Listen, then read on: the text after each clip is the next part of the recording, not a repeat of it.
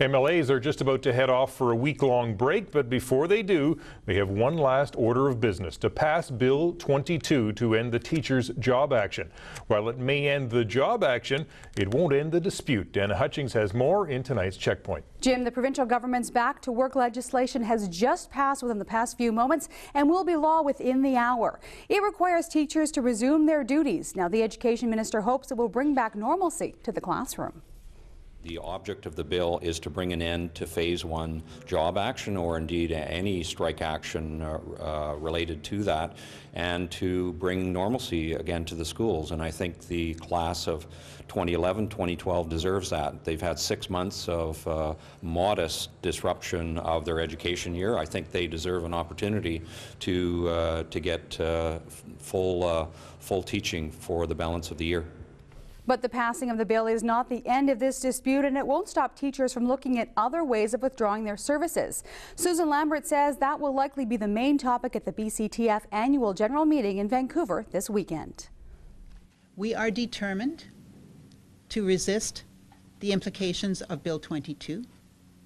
We are determined to oppose this legislation, and we are determined to maintain our advocacy for public education and for the students we teach.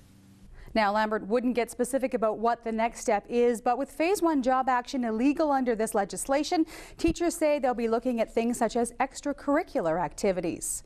Our Checkpoint question tonight: with the new legislation, should teachers stop their job action?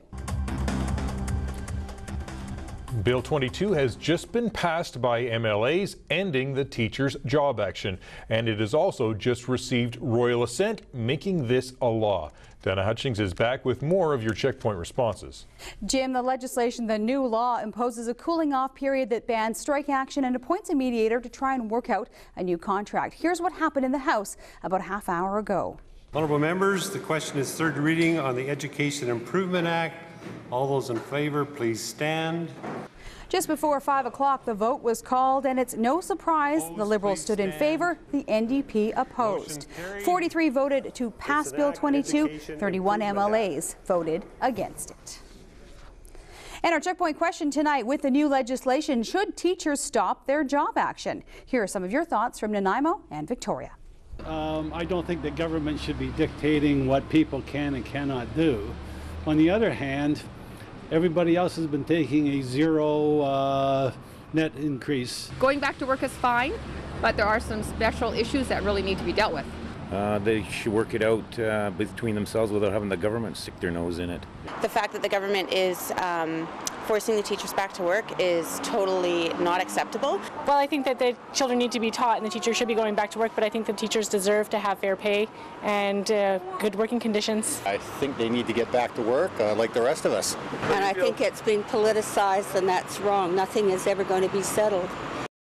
From Facebook, Joan says no, they should stick to their guns and not allow themselves to be bullied by a government that doesn't care about kids or their education.